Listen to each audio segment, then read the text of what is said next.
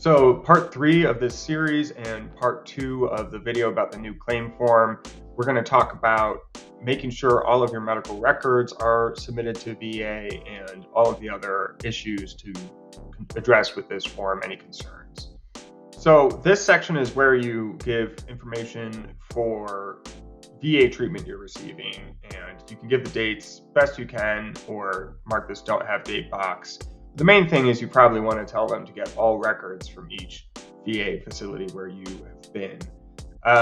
If you've been to more than 3 facilities, you can't fit them all in this box.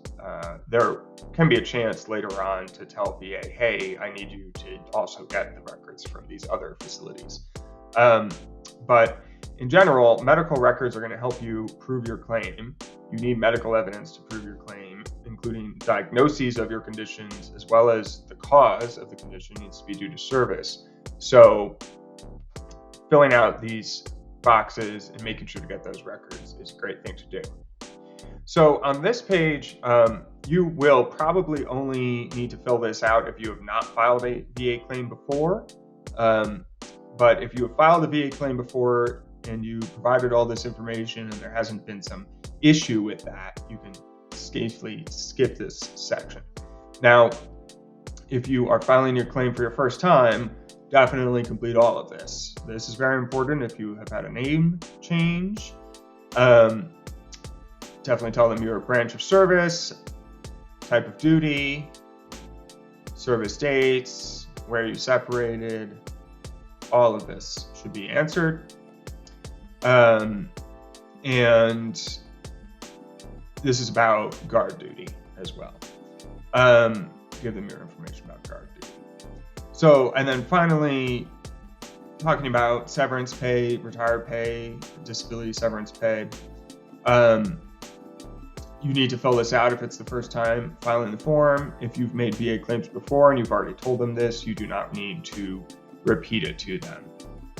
But if you are receiving retired pay, that will affect your VA pay.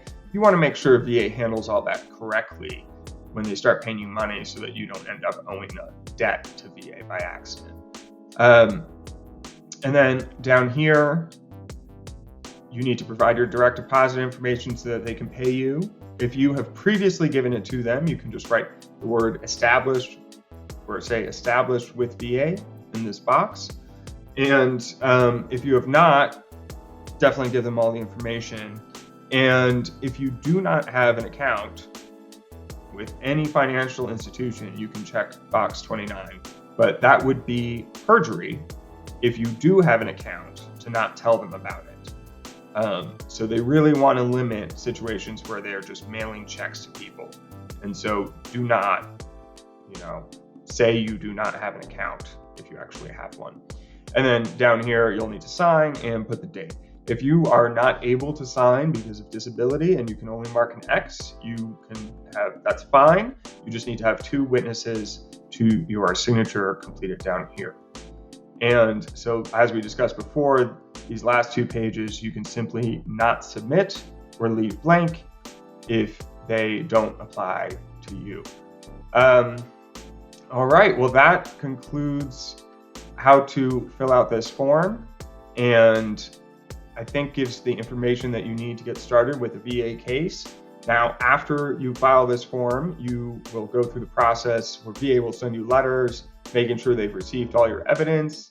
They would call you in for exams to have conditions be assessed and see if the examiner can provide an opinion that your condition is due to service. You need that because a nexus opinion is necessary to win your case. They don't just grant it based on you saying so. So you want to go to the exams and do the best you can at them. And if your claim is granted on the first time, then you don't need a lawyer. On the other hand, if you make this claim and it is denied, that is a great time when you get the denial to go look for a lawyer. I would not recommend that you wait a year or longer and look for a lawyer. There's a 1-year deadline on the appeal, and you want to talk to a lawyer way before the deadline because it can take time to get on your case and it can take time to find a lawyer. And you also should not go ahead and file an appeal on your own if you're planning to look for a lawyer. You want to let the lawyer figure out the appeal. You don't want to do that yourself if you're trying to hire a lawyer. And one other issue about medical records is, of course, you may have private treatment. You may not only have VA treatment.